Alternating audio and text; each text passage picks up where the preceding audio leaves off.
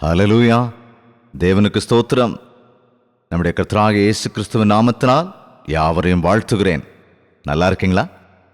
தினந்தோறும் நல்லா இருக்கீங்களா, நல்லா இருக்கீங்களா, நல்லா இருக்கீங்களா அப்படின்னு கேட்குறேன்னு யோசிக்கிறீங்களா? நான் ஏதோ பேருக்காக கேட்குறேன்னு நினைக்காதீங்க.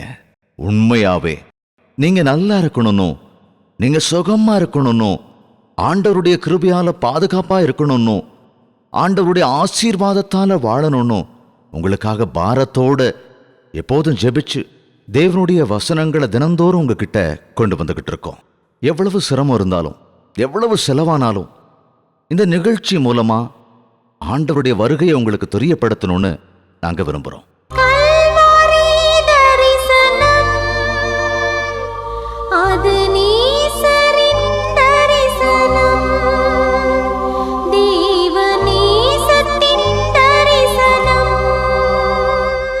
கணவன் மனைவி பந்தங்கிறது பிரிக்கவே முடியாத பந்தம். இந்த உலகத்துல எத்தனையோ உறவுகள் இருக்கு, சம்பந்தங்கள் இருக்கு. ஆனா கணவன் மனைவிங்கிற உறவு ரொம்ப மதிப்பு மிக்கதுங்க. ஆதியில தேவன் ஆதாமை உருவாக்குனப்போ ஆணாக படைத்தார். ஆதாமுக்காக அநேக காரியங்களை படைத்தார். சமுத்திரத்தின் மச்சங்கள், மிருக ஜீவன்கள், ஆகாயத்து பறவைகள், இப்படி எல்லாவற்றையும் படைத்தார். அவரு செய்யாதது எதுவுமே இல்லைங்க. அற்புதமான சிருஷ்டியா மனிதனை உண்டாக்கி எல்லாவற்றையும் ஆளும் அதிகாரத்தை கொடுத்தாரு. ஆதாம் வந்து எதுக்கு என்னென்ன பேர் வச்சாரோ அந்த பேரே தான் அதுக்கு இருந்தது. தேவன் அப்போ ஒன்ன கவனிச்சாரு. எத்தனை படைச்சிருந்தாலும், எவ்வளவு அருமையான ஜீவராசிகள் இருந்தாலும், பறவைகள் இருந்தாலும், பூக்கள் இருந்தாலும், பழங்கள் இருந்தாலும், நல்ல காத்து இருந்தாலும், நல்ல நல்ல சீனரிஸ் இருந்தாலும், எவ்வளவு அற்புதமான படைப்புகள் இருந்தாலும் அது எல்லாமே ஆதாமுக்கு இணையா, ஆதாமுக்கு துணையா இருக்கிற மாதிரி இல்லைங்கிறத கவனிச்சாரு. அதனால ஆதாமுக்கு துணையா இருக்கிற மாதிரி அவனுக்கு ஏற்ற துணையை உருவாக்கணும்னு தீர்மானிச்சாரு. ஆதாமுக்கு அயர்ந்த நித்திரையை வரப்பண்ணி அவனுடைய விலா எலும்பிலிருந்து ஒன்னை எடுத்து பெண்ணை படைத்தார். ஆதாம் இடத்துல எதெல்லாம் இல்லையோ அதெல்லாத்தையும் ஸ்திரீயின் இடத்துல பூரணப்படுத்தினார். மொத்தத்தில் தேவனாகிய கர்த்தர் ஆதாமையும் ஏவாளையும் தன்னுடைய சாயலாக உருவாக்கினார். நாம யார போல இருக்கோம்? தேவனை போல இருக்கிறோம். தேவன் யார போல இருக்காரு? நம்மளை போல இருக்காரு. ஒருவேளை இப்ப அது எப்படிங்கிறது நமக்கு புரியாம இருந்தாலும் கண்டிப்பா ஒரு நாள் தெரிஞ்சுக்குவோம். மண்ணினால மனிதனை உருவாக்கி ஜீவ சுவாசத்தை அவன் ஆசையில் ஊதின போது மனிதன் ஜீவாத்மாவானான். அப்படின்னா மறுபடியும் அதே மண்ணை எடுத்து ஏவாளை படைச்சிருக்கலாம் இல்லைங்களா?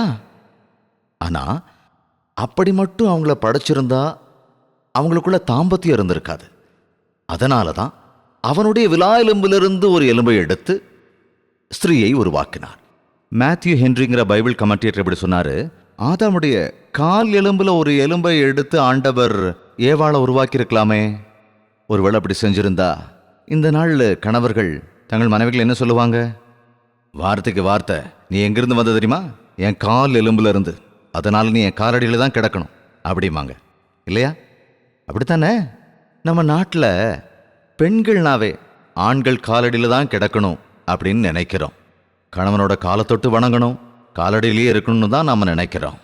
மனைவினா அடிமையா, சமையல்காரியா, சொன்னதை செய்கிறவங்களா, வாயை மூடிட்டு இருக்கிறவங்களா இருக்கணும்னு தான் நாம் நினைக்கிறோம். ஆனா அது தேவனுடைய விருப்பம் இல்லை. பெண்கள் அடிமைகளாகிறதற்கு, வேலைக்காரியா வைக்கிறதுக்கு தேவன் அவங்கள உண்டாக்கல. ஒருவேளை உங்க மனைவியை நீங்க மதிப்பு குறைவா நடத்துறீங்களா, அவமானப்படுத்திக்கிட்டே இருக்கீங்களா? தயவு செஞ்சு இன்னைக்கே அவங்க கிட்ட சாரி கேட்டுடுங்க. மனைவிங்கிறவங்க உங்களுக்கு இணையான உறவு. அதாங்க உங்களுடைய சரி பாதி, உங்களுக்கு இணையான துணை. ஆமா, ஸ்திரீ அடிமையா இருக்கிறதுக்காக படைக்கப்படலை. சரி, ஒருவேளை தலையெலும்புல இருந்து ஒரு எலும்பை எடுத்து பெண்ணை அவர் படைச்சிருந்தாருன்னு வச்சுக்கோங்களேன். அப்போ எப்படி இருந்திருக்கும்? பேச்சுக்கு பேச்சு இந்த நாள் மனைவி என்ன சொல்லியிருப்பாங்க? யோ, நான் எங்கிருந்து வந்த தெரியுமா? உன் தலையிலிருந்து வந்தவ அப்படின்னு இருப்பாங்க. உண்மைதாங்க. இன்னைக்கும் சில மனைவிகள் தங்கள் கணவரை அதிகாரம் பண்ணிக்கிட்டு தான் இருக்காங்க. சகோதரியே, உன் கணவனை அதிகாரம் பண்றதுக்காக தேவன் படைக்கல. உன் கணவர் உனக்கு தலையா இருக்கார். அப்படின்னா நீ அவரை மதிக்கணும். நீ அவருடைய சரீரமா இருக்க. இதுல தலை பெருசா சரீரம் பெருசான்னு போராட்டம் வந்ததுன்னா இதுல யார் பெரியவங்க? தலை இல்லைன்னா சரீரத்துல உயிர் ஏது? சரீரம் எப்படி தன்னோட கிரியைகளை செய்ய முடியும்? அதனால தான் உடல் வேண்டான்னா வெறும் தலையால் என்ன செய்ய முடியும்? எப்படி தன்னுடைய வேலைகளை அது செய்ய முடியும்? தலையும் சரீரமும் ஒன்றா இருந்தாதான் அது ஒரு அருமையான மனித உருவமாக இருக்கும். அற்புதங்களை செய்ய முடியும். கணவன் மனைவிக்குள்ள போட்டு போடாதீங்க. நீ பெருசா நான் பெருசா, நீ வேண்டாம் நான் வேண்டான்னு போட்டி இருக்கவே வேண்டாங்க. அப்படி இருந்தா நாம தோத்து போயிடுவோம். மற்றவங்க சிரிக்கிற மாதிரி ஆளாயிடுவோம். உங்க வாழ்க்கையில நீங்க எதுவுமே சாதிக்க முடியாதவங்களா ஆயிடுவீங்க. தேவன் ஸ்திரீய அதிகாரம் பண்றதுக்காக படைக்கலங்க. அதனாலதான் அவனுடைய விலா எலும்பிலிருந்து ஒரு எலும்பை எடுத்தாரு. அதாவது ஸ்திரீ கணவனோடு ஒப்புரவா இருக்கணும். கணவனுடைய மனசை புரிஞ்சு நடந்துக்கணும். நீங்க 2 பேரும் ஒருவர் நிழல்ல ஒருவர் நம்பிக்கையுள்ளவங்களா இருக்கணும். ஒருத்தருக்கொருத்தர் ஆதரவா இருக்கணும். அதனாலதான் ஸ்திரீய ஆணுக்கு ஏற்ற துணையா ஆண்டவர் உருவாக்கினார். இந்த விவாக பந்தங்கிறது ரொம்ப பரிசுத்தமானதுங்க. ஆதாம் சகல நாட்டு மிருகங்களும் தங்கிட்ட வரும்போது அதுக்கு பேர்களை வச்சாரு. அதே போலவே தேவனும் ஏவாளுக்கு ஏவாள் ஏவாள் ஈவ் அப்படின்னா ஜனங்களுக்கு தாய். உயிரோட்டமா வந்த அந்த ஸ்திரீ ஆதாம் முன்பு வந்து நின்றபோது ஆதாம் அவளை பார்த்தபோது இப்படி சொன்னான், இவள் என் எலும்பில் எலும்பும் என் மாம்சத்தில் மாம்சமுமாயிருக்கிறாள். இவள் மனுஷனிலிருந்து எடுக்கப்பட்டபடியால் மனுஷி எனப்படுவாள் என்று சொல்லி ஏற்றுக்கொண்டான்.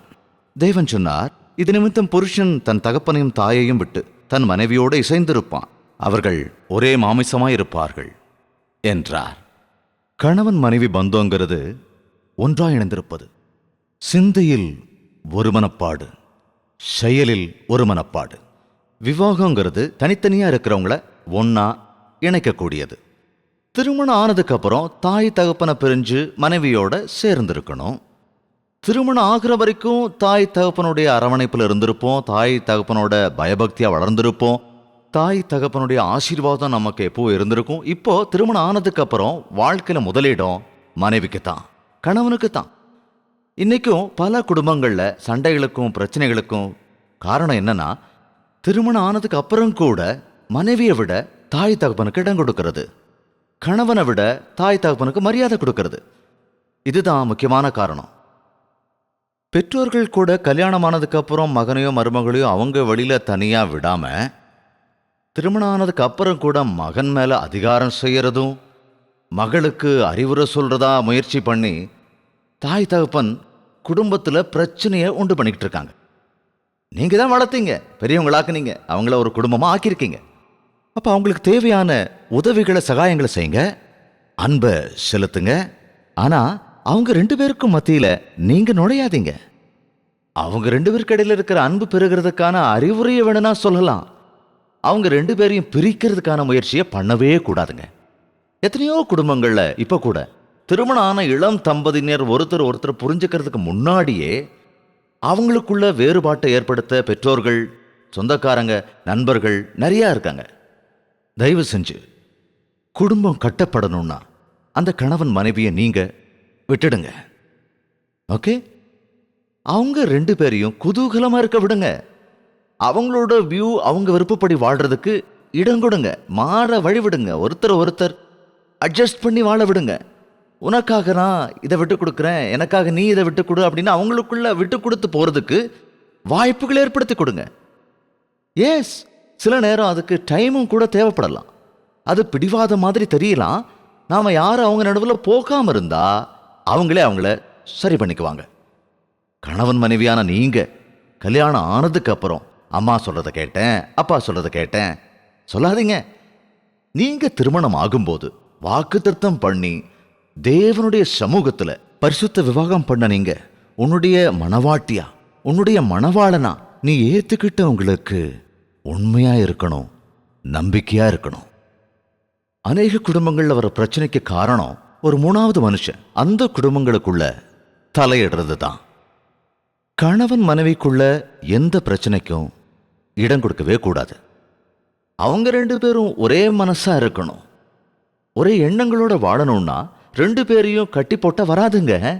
2 இரும்பு கம்பங்கள் எடுத்து ஒரு மஞ்சள் கயிறால கட்டி 30 வருஷம் கட்டி இருந்தா கூட அது தன்னந்தனியா தான் இருக்குமே தவிர ஒன்னா இருக்காது இல்லையா? அப்படிதான் இன்னும் சில பேர் இப்பவும் திருமணமாகி ஒன்னா சேர்ந்திருந்து குழந்தைகளை பெற்றிருந்தாலும் கூட இன்னும் மனசு ஒற்றுமை இல்லாதவங்களா, ஒருத்தர் மேல ஒருத்தர் குறை சொல்றவங்களாவே இருக்காங்க. காரணம், அவங்க 2 பேருக்கும் நடுவுல கிறிஸ்துவின் அன்பு இல்ல. 2 செங்கல்களுக்கு நடுவுல கொஞ்சம் சிமெண்ட் போட்டு கான்கிரீட் போட்டு வச்சு பாருங்க, அது கடப்பாறையால் இடிச்சா கூட 2ம் உடையுமே தவிர பிரியாது. கிறிஸ்துவின் அன்பால கட்டப்பட்ட குடும்பத்தை யாராலையும் பிரிக்கவே முடியாது. நீங்க ஒரு அன்புக்கு இடம் கொடுத்து கல்யாணம் பண்ணிக்கிட்டீங்களோ என்னவோ, உலகத்தில் இருக்கிறது தான் அன்புன்னு நீங்க நினைக்கிறீங்களோ என்னமோ, ஆனா கிறிஸ்துவுடைய அன்பினால் இணைக்கப்படுற திருமண பந்தம் இல்லாம அது இருந்தா அது நிக்காதுங்க. உண்மையான அன்புனா, நிலையான அன்புனா அது கிறிஸ்துவின் அன்பு தான். தியாகம், அன்பு, விட்டு கொடுத்தல், பொறுமை இல்லாம குடும்பங்கள்ல சமாதானம் இருக்கவே முடியாது. கணவன் மனைவியா இருக்கிற நீங்க 2 பேரும் ஒருத்தர் மன்னிக்க பழகிக்கணுங்க. அன்பு செலுத்தணும், ஒருத்தருக்கு ஒருத்தர் வாழணும், ஒருத்தருக்கு ஒருத்தர் தியாகம் பண்றதுக்காக தயாரா இருக்கணும், ஒருத்தருக்கு ஒருத்தர் உதவி செய்யணும். ஒரு மனப்பட்டோட இருந்து பாருங்க, இந்த உலகமே உங்களை எதிர்த்தாலும் நீங்க தைரியமா நிலைநிற்க முடியும். உங்களை யாராலையும் பிரிக்கவே முடியாது. உங்க மனசை பிரிக்க முடியாது. சாத்தான் பல குடும்பங்களை பிரிக்கணும்னு, கணவன் மனைவிக்குள்ள வேறுபாட்டை ஏற்படுத்தி பிரிக்கணும்னு, குடும்ப ஒற்றுமையை நாசம் பண்ணணும்னு கங்கணம் கட்டிக்கிட்டு இருக்கான். ஆனா ஏசு கிறிஸ்துவை ஏத்துக்கிட்டவங்க, கிறிஸ்துவுக்கு தங்களுடைய இதயத்தில் இடம் கொடுத்தவங்க கிறிஸ்துவின் அன்பால சேர்ந்திருப்பாங்களே தவிர, எத்தனை சோதனைகள் வந்தாலும், போராட்டங்கள் வந்தாலும், பேதங்கள் வந்தாலும் பிரிக்கவே முடியாத பந்தத்தோட கணவன் மனைவியா வாழ முடியும். திருமணம் ஆனதுக்கு அப்புறம் நான் நினைச்ச மாதிரி என் மனைவி இல்லையே, நான் நினைச்ச மாதிரி என் கணவன் இல்லையே அப்படின்னு கவலையோட சில பேர் உட்கார்ந்துருப்பாங்க. எவ்வளவோ நல்லவர்னு நினைச்சேன், ஆனா மோசம் போயிட்டுன்னு சொல்ற சிஸ்டர்ஸ் இருக்காங்க. எவ்வளவோ நல்ல பொண்ணு நினைச்சேன், அடக்கமான பொண்ணு நினைச்சேன், ஆனா இவ பெரிய அரக்கியா இருக்காளுன்னு சொல்ற ஆண்களும் இருக்காங்க. ஆயிடுச்சுல, திருமணம் ஆயிடுச்சுல, அவன் அரக்கனா இருந்தாலும், பேயா இருந்தாலும், சுத்தமானவனா இருந்தாலும், பரிசுத்தவானா இருந்தாலும், பிரியமுள்ளவனா இருந்தாலும், பிரியமில்லாதவனா இருந்தாலும், நல்லவங்களா இருந்தாலும், கெட்டவங்களா இருந்தாலும், நீங்க கணவன் மனைவி, அவ்வளவுதான். இனி இந்த பந்தத்தை பிரிக்கவே முடியாது. நீங்க பொறுத்துதான் ஆகணும், நீங்க சகிச்சுதான் ஆகணும், உங்களை நீங்க மாத்திக்கணும். உங்களுக்கு தெரியுமா, இயேசு கிறிஸ்து மனிதர்களை மாற்றிய தேவன், மனிதனின் இருதயத்தை மாற்றுகிறவர். திருமணம் ஆனதுக்கு அப்புறம் வேறொரு மனைவி, வேறொரு கணவன் அப்படின்னு விவாகரத்து வாங்கிட்டு திருமணம் பண்ணிக்கணும்னு நினைக்கிறவங்களுக்காக நான் ஒன்று சொல்றேன். இப்ப கல்யாணம் பண்ணிக்கிட்டு உன் மனைவி நீ நினைச்ச மாதிரி இல்லை அப்படின்னு நினைக்கிறியே, இன்னொரு கல்யாணம் பண்ணிக்கிட்டா அந்த பொண்ணு மட்டும் நீ நினைக்கிற மாதிரி இருப்பான்னு எப்படி நினைக்கிற? இவங்க கிட்ட ஏதோ குறைகள் இருக்குன்னு நீ விட்டுட்டேன்னா வேற ஒரு பொண்ணுகிட்ட இது இருக்காதுன்னு உன்னால எப்படி திட்டமா சொல்ல முடியும்? தயவு செஞ்சு அந்த தலைவலியை விட்டுடுங்க. விவாகரத்துங்கிற வார்த்தை நமக்கு உகந்ததே இல்லைங்க. இயேசு கிறிஸ்துவின் பிள்ளைகளுக்கு ஏற்றதே இல்லை. விவாகரத்தை குறித்து பைபிள்ல ரொம்ப கிளியரா சொல்லப்பட்டிருக்கு. விவாகரத்துங்கிறது உன்னுடைய உள்ளத்துல ஏற்பட்ட உத்தேசமே தவிர அது தேவனுடைய சித்தம் அல்ல. உன் மனைவியோட சமாதானமாயிரு, உன் கணவரோட சமாதானமாயிரு. நீ தேவனுடைய பாதத்தில் உன்னை ஒப்பு கொடுத்து ஜெபிக்க பழகிக்கோ. பிசாசு பிடித்த உன் மனைவியை பரிசுத்தமாக்கக்கூடியவர் அவர். குடிகாரனா இருக்கிற உன்னுடைய கணவனை ஒரு பொறுப்புள்ள குணமுள்ள மனுஷனா மாற்றக்கூடியவர் நம் தேவன். ஆமாங்க, இயேசு கிறிஸ்துவின் நாமத்தினால் நான் சொல்லக்கூடிய இந்த தெய்வ வசன செய்திகள் எல்லாமே இந்த மாதிரி அனுபவங்கள்ல நான் பார்த்துருக்கேன். பயங்கரமான குடிகாரனா, விபச்சாரக்காரனா இருந்த ஒரு கணவன் மாறி மனம் திரும்பி மனைவியை தங்கம் போல பார்த்துக்கிட்டு இருக்காங்க. அவங்க 2 பேரும் சந்தோஷத்தோடையும் ஆனந்தத்தோடையும் குடும்பத்தை நல்லபடியாக நடத்திக்கிட்டு இருக்காங்க தேவனுடைய ஆசீர்வாதத்தால. ஏசப்பாவை உங்க குடும்பத்துல நீங்க வரவைங்க. உங்க இருதயத்தில் அவருக்கு இடம் கொடுங்க. உங்களுக்குள்ள வேறுபாடு வரும்போது முழங்கால் படியிட்டு ஜெபிங்க. உங்களுக்கு கோபங்கள் வரும்போது ஒருவரை ஒரு மன்னிங்க, ஏத்துக்கோங்க. என் சரீரத்தில் நீ சரிபாதி என்னுடைய மனைவி, என் சரீரத்தில் சரிபாதி என்னுடைய கணவன் அப்படின்னு நம்புங்க, விசுவாசிங்க. ஒருவேளை உங்களுக்கு வாதம் வந்து உங்களுக்கு கை விழுந்துருச்சுன்னா என்ன பண்ணுவீங்க? கட் பண்ணி தூக்கி வெளியே போட்டுடுவீங்களா? இல்லைல்ல, இடது கையாலும் உன் வலது கையை தூக்கி பிடிச்சுக்குவ. அப்படி நீயே உதவி செஞ்சுக்குவல்ல, அதே மாதிரி தான் உன்னுடைய மனைவி ஒருவேளை பலவீனமா இருந்தா நீ உதவி செய். உன்னுடைய கணவர் ஒருவேளை பலவீனமா இருந்தா தோள் கொடு. அப்பதான் உன்னுடைய தாம்பத்திய உறவு சந்தோஷமா இருக்கும். கணவன் மனைவி பந்தம் தேவனால உண்டானது. தேவன் ஒன்று சேர்த்தவங்களை மனிதர்கள் பிரிக்கக்கூடாது. பிரிஞ்சு போகணுங்கிற எண்ணத்தையே தூக்கி எறிஞ்சிருங்க. வேறொரு பெண்ணு மேல இச்சை இன்னும் சரீரத்தை விட்டு நீங்களையா? கட்டிக்கிட்டு உன் மனைவியை தவிர எதற்காக இன்னொரு பெண்ணிடத்துல நீ போகிற? வேசி பின்னால சுத்துறியா? எத்தனையோ பெண்கள் இன்னைக்கு கண்ணீரோட என்கிட்ட சொல்லியிருக்காங்கங்க. என் கணவர் ஒரு வேசிக்கு பின்னால போய்கிட்டு இருக்காருங்க. என்னையும் என் 2 பிள்ளைங்களையும் விட்டுட்டு தான் சம்பாதிக்கிறதெல்லாம் அவளுக்கே கொட்டுறாருங்க. நான் இருக்கிறதா சாகிறதானே எனக்கு புரியல. எனக்காக ஏசப்பா கிட்ட ஜெபிங்கன்னு சொல்றாங்க. அப்பேற்பட்டவங்களுக்காக நாங்க ஜெபிச்சுக்கிட்டு இருக்கோம். கண்டிப்பா உன் சகோதரி, உன் கணவர் மாறிடுவார். அவர் கண்டிப்பா உங்ககிட்ட வருவார். நீ விசுவாசமா இரு அப்படின்னு ஆறுதல் சொல்லிக்கிட்டே இருக்கோம். தொடர்ந்து ஜெபிச்சுக்கிட்டே இருக்கோம். கொஞ்ச நாள் கழிச்சு அநேக சகோதரிகள் திரும்பி எங்களுக்கு ஃபோன் பண்ணுவாங்க. நீங்க ஜெபிச்சதுக்கு அப்புறம் என் கணவர் மாறிட்டாருங்க, வீட்டுக்கு அவர் திரும்பி வந்துட்டாருங்க, இப்ப நாங்க சந்தோஷமா இருக்காங்க அப்படின்னு சந்தோஷமா சொல்றாங்க. ஆமாங்க, பிரிந்து போன குடும்பங்களை ஒன்றிணைக்கிறவர் நம் தேவன். அவர் உங்க குடும்பத்தையும் உங்க வாழ்க்கையையும் சரிப்படுத்துவார். எதுக்கு மனிதர்கள் இவ்வளவு விபரீதமா நடந்துக்கிறாங்க? கட்டின மனைவி மேல ஏன் அவங்களால பிரியமா இருக்க முடியல? பெத்த பிள்ளைங்க மேல கூட ஏன் அன்பு இல்லாம இருக்க முடியுது? அதுக்கு காரணம் அவங்க இருதயத்தில் இருக்கிற பாவம். அந்த பாவங்கள் போச்சுன்னா அந்த மனிதன் பொறுப்புள்ளவனா மாறிடுவான். பாவங்களை போக்கிக்கணும்னு நம்ம தேசத்துல எவ்வளவோ முயற்சி செய்யறாங்க இல்லையா? தேவனை எப்படியாவது சந்தோஷப்படுத்தணும், பாவ விமோச்சனம் அடையணுங்கிறதுக்காக ஏதேதோ பண்ணிக்கிட்டு இருக்காங்க இல்லைங்களா? ஆனா உங்களுக்கு தெரியுமா, ஏசு கிறிஸ்து பாவங்களை மன்னிப்பதற்காகத்தான் இந்த உலகத்துக்கே வந்தாரு. மனுஷகுமாரனா இருந்த ஏசப்பாவுக்கு பாவங்களை மன்னிக்கிறதுக்கான அதிகாரங்கள் இருக்கு. எப்படி வந்தது அந்த அதிகாரம்? கடன்ல இருக்கிற ஒரு மனுஷனை வெளியே கொண்டு வரணும்னா பணம் கட்டணும் இல்லைங்களா? பாவக்கடன்ல இருக்கிற நம்மளை விடுவிக்கணும்னா அதுக்கு தகுந்த பொருளை கொடுக்கணும் இல்லையா? கடனை அடைக்கணும் இல்லைங்களா? அதை இயேசு கிறிஸ்து சிலுவையில கொடுத்தாருங்க. அவர் நம்ம பாவக்கடன்களை தீர்த்தாருங்க. அது வெள்ளியோ தங்கமோ இல்லைங்க, அது பணத்தால இல்ல, வெள்ளியாலேயோ தங்கத்தாலேயோ பொன்னாலேயோ பாவ மன்னிப்பு பெற முடியாது. அதனாலதான் ஏசப்பா நிரபராதியான அவர் பரிசுத்தமான ஆட்டு ரத்தம் போல தன்னுடைய ரத்தத்தை நமக்காக சிந்தினார். ரத்தம் சிந்துதல் இல்லாம மன்னிப்பு உண்டாகாது அப்படின்னு எழுதப்பட்டிருக்கிறபடி அவர் ரத்தம் சிந்தினதன் மூலமா அவருடைய பரிசுத்த ரத்தம் தான் மனிதனை பாவத்திலிருந்து மீட்டு இருக்கிறது. அதாவது மனிதனுக்கு வர வேண்டிய தண்டனையை அவர் சிலுவையிலே ஏற்றுக்கொண்டார். மனிதனுடைய அக்கிரமத்து நிமித்தம் அவர் நொறுக்கப்பட்டார். அவருடைய தழும்புகளால் தான் நாம் குணமாகியிருக்கிறோம் அப்படின்னு வேதம் சொல்றபடி இயேசு கிறிஸ்து இன்று உன்னுடைய பாவங்களுக்காக என்றோ பிராயச்சித்தமாக தன்னுடைய உயிரை கொடுத்தார். இன்று நீ தேவனிடத்திலே நான் பாவி, ஆண்டவரே என் சிரமங்கள் இது, என் பிரச்சனைகள் இது என்று சொன்னீங்கன்னா, வேண்டிக்கிட்டீங்கன்னா, அவர் உங்களை விடுவிக்கிறதுக்கும் ரட்சிக்கிறதுக்கும் தயாரா இருக்காரு. எப்போ உன்னுடைய பாவங்கள் மன்னிக்கப்படுகிறதோ அந்த நிமிடமே உன்னுடைய வாழ்க்கையில சமாதானம் வந்து சேரும், அன்பு வந்து சேரும், சகிப்புத்தன்மை வந்து சேரும், விட்டு கொடுக்கிற எண்ணம் வரும், மனைவி பிள்ளைகள் மீது அன்பு செலுத்துகிற குணம் வரும், கணவனை நேசிக்கிற குணம் வரும். ஆமாங்க, இந்த மாற்றங்கள் எத்தனையோ குடும்பங்கள்ல இன்னைக்கு நிகழ்ந்திருக்கு. விவாகரத்து வேணும் வேணும்னு கேட்டவங்க வாழ்க்கையில மாற்றம் வந்திருக்கு.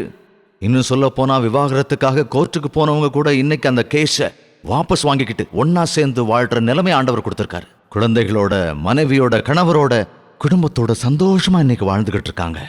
என் அன்பு சகோதர சகோதரிகளே, நீ மிகப்பெரிய கஷ்டங்கள் இருக்கியோ என்னமோ, மனைவி மூலமா எரிச்சல் அடைஞ்சுக்கிட்டு இருக்கியோ என்னவோ, வேதனைப்பட்டுக்கிட்டு இருக்கியோ என்னவோ, இல்ல உன் கணவன் மூலமா சிரமங்களை நீ அனுபவிச்சுக்கிட்டு இருக்கியோ என்னமோ, உன் கணவன் உன்னை விட்டு பிரிஞ்சு போயிருக்கிற கவலையில நொறுங்கி போயிருக்கியோ, உன் கனவை யாராலையும் மாற்ற முடியாதுன்னு பிரிஞ்சு போயிருக்கியோ என்னவோ, தயவு செஞ்சு இயேசு கிறிஸ்துவின் மேல விசுவாசத்தவை உன்னுடைய குடும்பத்தை கரை சேர்ப்பார்.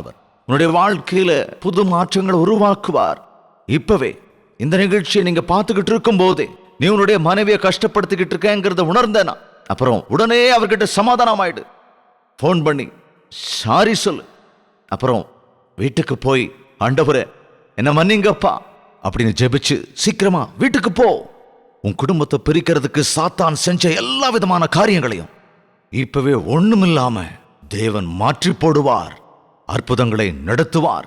உன்னை மன்னிப்பார், உன் கணவரை மன்னிப்பார். பிரிந்து போய் கிடக்கிற உன்னுடைய குடும்பத்தை மறுபடியும் ஒண்ணு சேர்ப்பார். காரணம், உன்னுடைய இருதயத்துல கிறிஸ்து வாழ்வார். அவருடைய அன்பு, அவருடைய சாந்தம், அவருடைய பொறுமை, அவருடைய மன்னிப்பு உன்னுடைய வாழ்க்கையில வரும்போது பிடிவாதமான உன் கணவரையும் பிடிவாதமான உன் மனைவியையும் உன்னால மாற்ற முடியும். உன்னுடைய குடும்பத்துல சமாதானத்தை பாப்ப. தயவு செஞ்சு கணவன் மனைவியா நீங்க 2 பேரும் அனுதினமும் முழங்கால் படியிட்டு பிரார்த்தனை செய்யுங்க. தேவனுடைய சித்தத்தை எடுத்துக்கோங்க, அதன்படி நடங்க. கருத்து வேறுபாடுகள் உண்டாகும் போது ஒருவரிடத்தில் ஒருவர் சமாதானம் அடையும்படி முயற்சி பண்ணுங்க. ஒருத்தருக்காக ஒருத்தர் தியாகம் பண்றதுக்கு பழகிக்கங்க. முடிஞ்ச வரைக்கும் எத்தனை தடவை தேவைப்பட்டாலும் அத்தனை தடவை மனுஷன் அப்படிங்கிற எண்ணம் உங்க இதயத்திலிருந்தும் உங்க வார்த்தையிலிருந்தும் வர பழகிக்கங்க. முடிஞ்ச வரைக்கும் காயங்கள் மறைந்து போய்விடும்.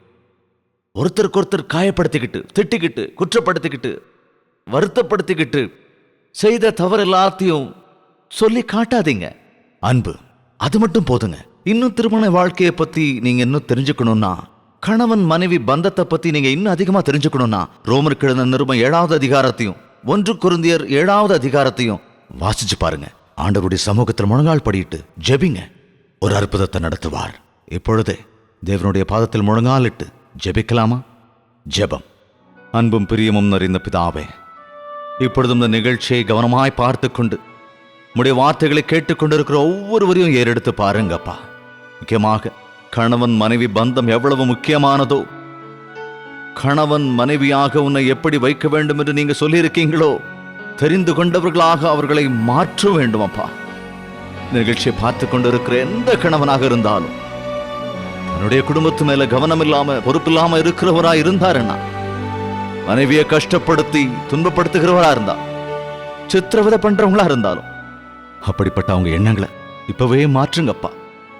தன் மனைவியோட சமாதானமா இருக்கிறதுக்கு உதவி செய்யுங்க. எந்த சகோதரியாவது இந்த செய்தியை கேட்டுக்கிட்டு தன்னுடைய வாழ்க்கையில கணவன் பாதிங்கிறத உணர்ந்து, மனைவிகளே உங்கள் புருஷனுக்கு கர்த்தருக்குள் கீழ்ப்படிந்திருங்கள் என்று நீர் சொன்னது அவங்க எண்ணத்தில் வர நீங்க உதவி செய்யுங்கப்பா. ஒவ்வொரு கணவனும் தன்னுடைய மனைவியிடத்தில் அன்பு செலுத்தவும், ஒவ்வொரு மனைவியும் தன்னோட கணவன் கட்டுப்பாட்டில் இருக்கவும், அதன் மூலமா அந்த குடும்பங்கள் மென்மேலும் வளர்வதற்கான உம்முடைய ஆசீர்வாதம் கிடைக்க இப்பொழுதே உம்முடைய கிருபையினால் அவர்களை கட்டுங்க ராஜா.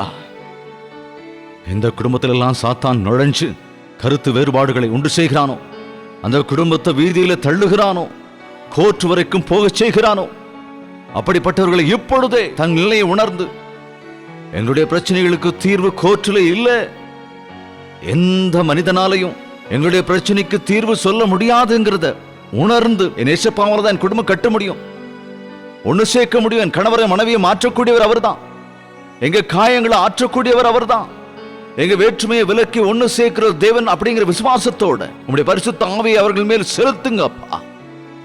அப்படி ஒருவர் மீது ஒருவர் சமாதானமா இருக்கும்படி, ஒரே வீட்டுல கணவன் மனைவியா இருந்தாலும் அவங்களுக்குள்ள ஒற்றுமை இல்லாம இருக்கிற வீடுகள்ல, அப்படி இருக்கிற வீடுகள்ல இருக்கிற கசப்புகளை இப்பொழுதே நீக்கி உங்க சமாதானத்தை கட்டளையிடுங்க ராஜா. பரிசுத்த ஆவியானவர் கிரியை செய்வீராக. எப்படி உம்முடைய மேலான சித்தத்தின்படி கணவன் மனைவியா சேர்த்தீரோ, அந்த சித்தம் நிறைவேறும்படி உம்முடைய ஆசீர்வாதத்தை அவர்களுக்குள் தந்தருளுங்கப்பா. கணவன் மனைவி உறவை பிரிக்கணும்னு நினைக்கிற எந்த தாய் தகப்பனா இருந்தாலும், அத்தை மாமாவா இருந்தாலும், உறவினரா இருந்தாலும், வேறு எந்த பெண்ணா இருந்தாலும், ஆணாக இருந்தாலும், சாத்தானின் பிடியில் சிக்கி தவித்துக் கொண்டிருக்கிற எந்த தம்பதியைகளையும் இயேசு கிறிஸ்துவின் நாமத்திலே இப்பொழுதே விடுவீங்க ராஜா. அன்பை குலைக்கிற, ஐக்கியத்தை குலைக்கிற எல்லா விதமான நாச மோசங்களிலிருந்தும் கணவன் மனைவியா இருக்கிற தம்பதிகளை நீங்க காத்துக்கொள்ளுங்கப்பா. நீங்கள் பலுகி பெருகுங்கள் என்ற உம்முடைய கட்டளையின்படி உம்முடைய நாமத்தால் இணைக்கப்பட்ட ஒவ்வொரு குடும்பமும் கற்பத்தின் கனிகளை கண்டு ஒரே சரீரமாய், ஒரே மாம்சமாய், சந்தோஷத்தோடும் சமாதானத்தோடும் ஜீவிக்கும்படியாய் நீங்க ஆசீர்வதிங்கப்பா. ஐயோ, என் கணவர் என்னை விட்டுட்டு போயிட்டாரே, திரும்ப வருவாரா என்று கண்ணீரோடு எதிர்பார்த்து கொண்டிருக்கிற அந்த சகோதரிகளின் கண்ணீரை நீங்க தொடங்க ராஜா. மனஸ்தாபத்தோடு திரும்பி வருகிற கணவன் தன் மனைவியோடும் பிள்ளைகளோடும் ஒன்றாய் இணைந்து வாழும்படி செய்கிறவர் நீர் ஒருவரே என்ற விசுவாசத்தோடு இருக்கிற பிள்ளைகளை நீர் ஆசீர்வதிங்க ராஜா. எந்த குடும்பத்துல சமாதானம் இல்லையோ, எந்த குடும்பத்துல ஒற்றுமை இல்லையோ, அந்த இடங்களில் எல்லாம் பரிசுத்த ஆவியானவர் தாமே இறங்கும்படியாய், அந்த குடும்பங்களை ஆசீர்வதிக்கும்படியாய் ஜெபிக்கிறேன். இந்த நிகழ்ச்சியை பார்த்து கொண்டிருக்கிற ஒவ்வொரு குடும்பங்களிலும் உம்முடைய தெய்வீக சமாதானத்தை கட்டளையிடுங்க ராஜா. நீரே எங்கள் தேவனாயிருக்கிறீர். பாவம் அறியாமல் குற்றம் அறியாதவருமாய் சுத்த கண்ணனுமாயிருக்கிற ஆண்டவர் நீர் அல்லவோ? நீர் உம்முடைய ரத்தத்தை சிந்தி எங்களை மீட்டது போலவே ஒவ்வொரு கணவனும் உம்முடைய அன்பினால் தங்கள் மனைவியை நேசிக்க நீங்க உதவி செய்யுங்க. கணவன் தனக்கு தலை என்றும் தனக்கு எஜமானன் என்றும் தேவன் எனக்கு கொடுத்த ஈவு என்பதை உணர்ந்த ஒவ்வொரு ஸ்திரீயும் தன் கணவனோடு உடன்பட்டிருக்கவும், கௌரவப்படுத்தவும், அன்போடு இருக்கவும், நேசிக்கவும், குடும்பத்தை கட்டுகிற வேலையில் இருவரும் ஒன்றிணைந்து பெற்ற பிள்ளைகளையும் தேவ நாம மகிமைக்கென்றே அவர்களை வளர்க்கவும் ஆவிக்குரிய ஆசீர்வாதத்தால் நிரப்புங்க ராஜா. சாத்தானின் எந்தவித அதிகாரமும் எங்கள் குடும்பங்களை ஆட்கொள்ளாதபடி நசரேயனாகிய இயேசு கிறிஸ்துவின் நாமத்தில் ஒவ்வொரு மனைவியையும் கணவனையும் இயேசுவின் நாமத்தில் ஐக்கியப்படுத்துகிறோம். சாத்தானின் கட்டுகளிலிருந்து எல்லாரையும் விடுவிங்க ராஜா. பரிசுத்த ஆவியானவர் தாமே கிரியை செய்வீராக. இயேசுவின் நாமத்தில் ஜெபிக்கிறோம். ஆமென்.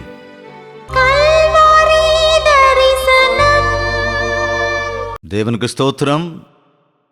பிரதர்ஸ், சிஸ்டர்ஸ், தம்பதிகளே, நீங்க எல்லாரும் ஒரே மனதா இருக்கணும். சாத்தானுக்கு இடம் கொடுக்காதீங்க.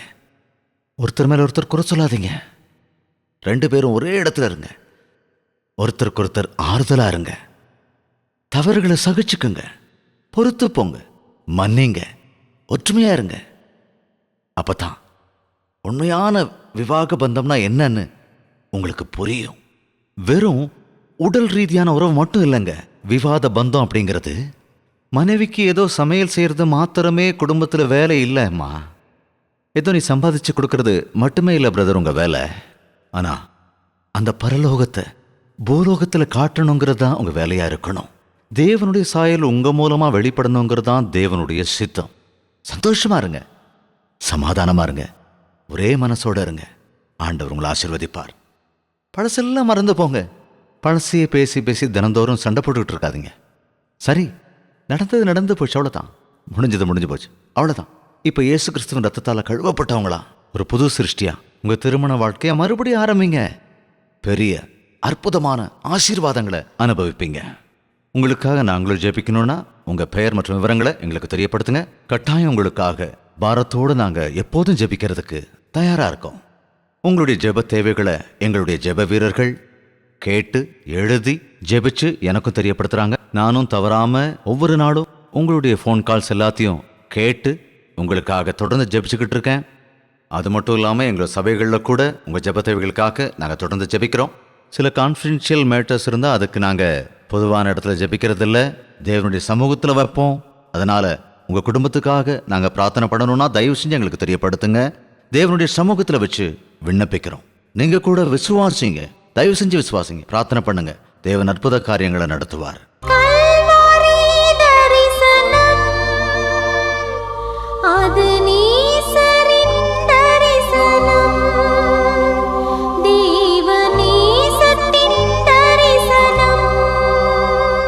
மிகவும் பாரத்தோடு நடத்தப்படுகிற இந்த ஊழியத்தில் நீங்களும் பங்கு பெற விரும்பினால், தேவன் உங்களை ஏவினா, உங்கள் விவரங்களையும் காணிக்கைகளையும் ஆன்லைன் மூலமாகவோ அல்லது டிடி மூலமாகவோ எம்ஓ மூலமாகவோ அனுப்பி வைக்கலாம். உங்கள் காணிக்கைகள் உண்மைமொத்தமாய் பயன்படுத்தப்படும். அதற்குண்டான பிரதிபலன் தேவன் உங்களுக்கு தர வேண்டும் என்று உங்களுக்காக ஜெபிக்கிறோம்.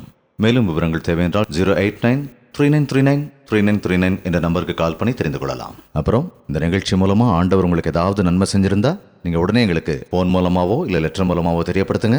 அதோட உங்களுக்காக இன்னும் அதிக பாரத்தோட ஜெபிக்கிறதுக்கு, உங்களுடைய தேவை என்னன்னு தெரிஞ்சு அதுக்காக நாங்க ஜெபிக்கிறதுக்கு அது எங்களுக்கு உதவியா இருக்கும். இந்த நிகழ்ச்சியை பத்தி உங்க உறவினர்களுக்கும் தெரிஞ்சவங்களுக்கும் சொல்லுங்க. இயேசு கிறிஸ்துவின் வார்த்தைகள் ஜீவனுள்ள வார்த்தைகள். அது நம் வாழ்க்கையை சீர்படுத்தும், விசுவாசத்தை பலப்படுத்தும், சமாதானத்தை கொண்டு வரும்.